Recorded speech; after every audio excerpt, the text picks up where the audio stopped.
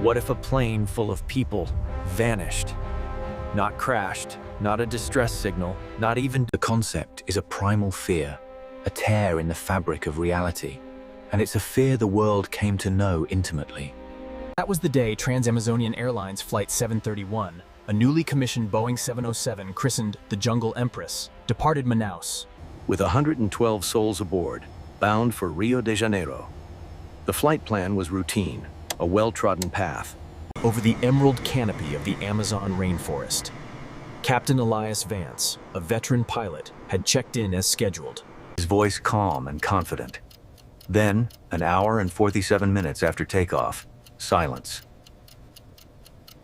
Not a crackle, not a last, desperate plea. Just an abrupt, chilling cessation of communication. Where is Flight 731? It just disappeared! I don't see anything on the scope, sir. It's gone. We've lost contact with the surface team. The main clock is wrong. It reads 1000 hours. It should be 9.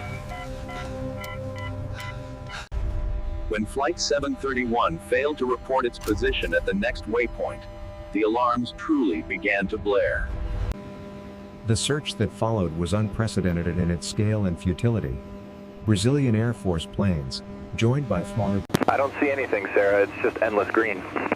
Keep looking. We have to find them. A glint of metal, a plume of smoke, a break in the canopy. Ground teams, a mix of military personnel, their machetes flashing, their hopes dwindling with each fruitless step. Days turned into weeks.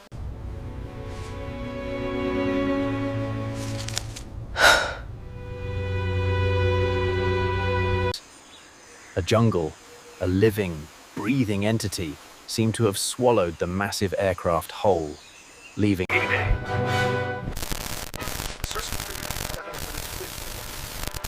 After weeks of searching, Speculation ran rampant. A mid-air explosion so complete it let no debris? Abduction by extraterrestrials? A secret military experiment gone awry? None of it offered solace, only perpetuated the agonizing mystery. For 50 years, a haunting testament to the Amazon's power to conceal, to consume, and to never, ever let go of its secrets. Where is he? I'm showing a blank screen here. We've lost all transponders in the sector. Get everyone off the ground immediately. Scramble the frequencies. Air traffic controllers, initially dismissing the silence as a temporary radio blackout, soon escalated their concerns. Veered from a catastrophic mechanical failure, rendering the plane unable to communicate, to the more chilling prospect of a hijacking. Painting a picture of calculated malice rather than tragic accident. The sheer scale of the... Search and rescue operations, launched with commendable speed, quickly encountered the jungle's formidable resistance.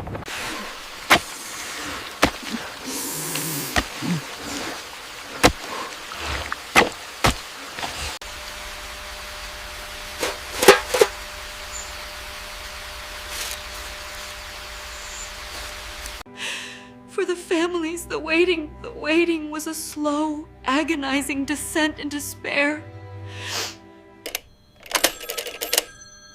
Every time the phone rings, I still think it's him. They told me it was like looking for a needle in a haystack. But a haystack, it doesn't have to...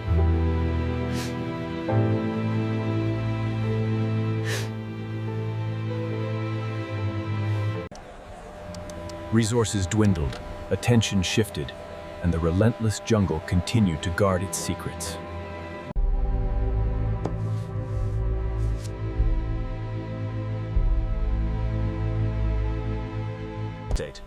The mystery of Flight 731, the Jungle Empress, solidified into a modern legend.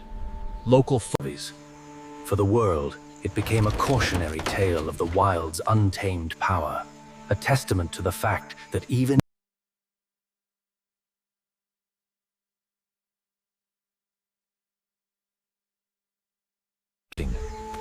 50 years later, the Amazon had woven an even more intricate tapestry over its secrets.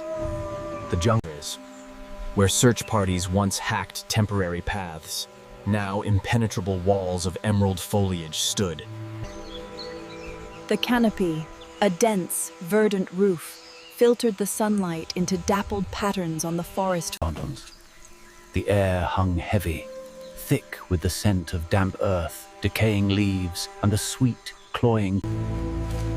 It was into this magnificent, indifferent wilderness that Dr. Elias Vance led his small expedition. His face, weathered by countless suns and etched with the fine lines of perpetual curiosity, was framed.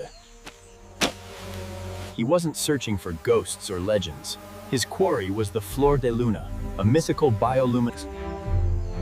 Vance was in his element, his senses alive to every rustle, every scent. He meticulously catalogued new fur.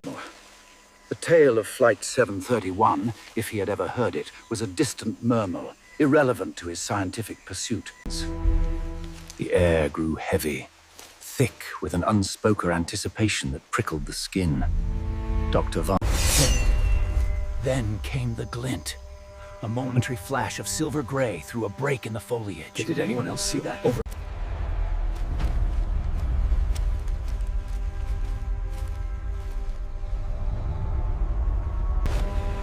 And then, through the parting curtain of vines and broad leaves, it emerged. A shape. Is that a wing? A colossal, metallic wing. Its leading edge still discernible beneath decades of jungle growth. As they pushed through the final curtain of vines, the full spectacle unfolded before them. It was a plane, a massive path. Shock, awe, and a profound sense of history washed over the team. This wasn't just wreckage, it was a time capsule. The initial approach was slow, deliberate, each step taken with a hushed reverence. The jungle, which is. They circled the plane twice, assessing the safest entry point. The tail section was the most intact, offering a less. Inside, the air was thick, heavy with the scent of damp earth, decaying fabric, and something. The cabin was a tableau of frozen chaos. Seats, though ripped and stained by time and weather, were still. Resting. Dr. Vance knelt, his gloved fingers hovering over a half-eaten bag of peanuts.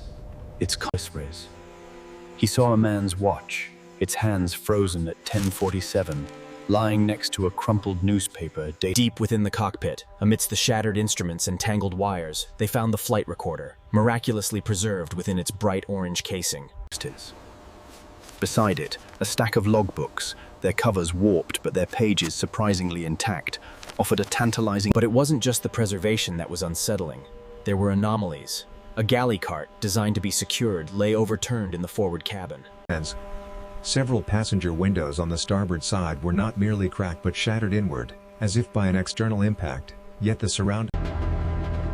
And then there was the strange, almost crystalline residue clinging to some of the internal bulkheads. The black box, nestled deep within the crumpled tail section, was a defiant splash of orange against the muted creatures. Thick vines, like ancient pythars, had coiled themselves around the fuselage, making every step a struggle.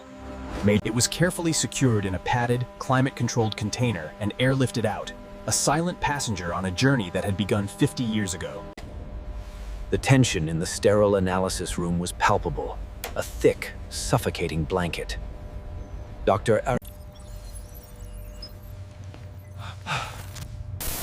When the green data recovered message finally flashed,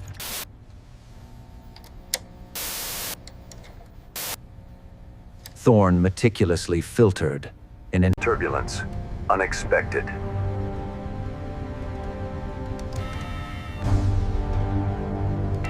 Altitude warning! We're dropping!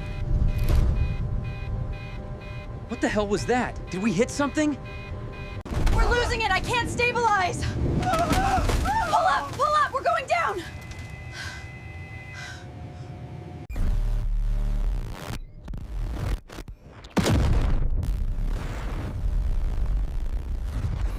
Data from the black box, once hailed as the key, now felt more like a lock. It's not engine noise, not a structural stress fracture. This impossible signature, called with the wreckage's equally impossible location, painted a picture far more complex than a simple accident. Imagine a bubble, a temporary distortion in space-time perhaps, that both caused the incident and concealed the wreckage for decades.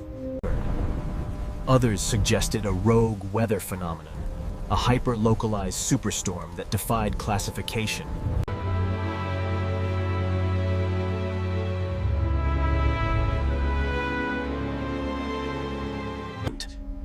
Yet, the black box, instead of offering clear answers, had merely replaced old questions with new, more uncertain. The rediscovery of Flight 731, once a phantom whispered about in hushed tones, had transcended its initial.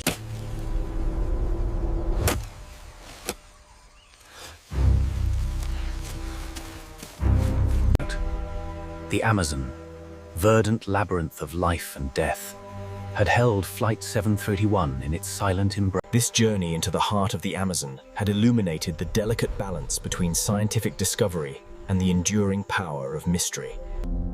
Flight 7311 reminds us that our world, even in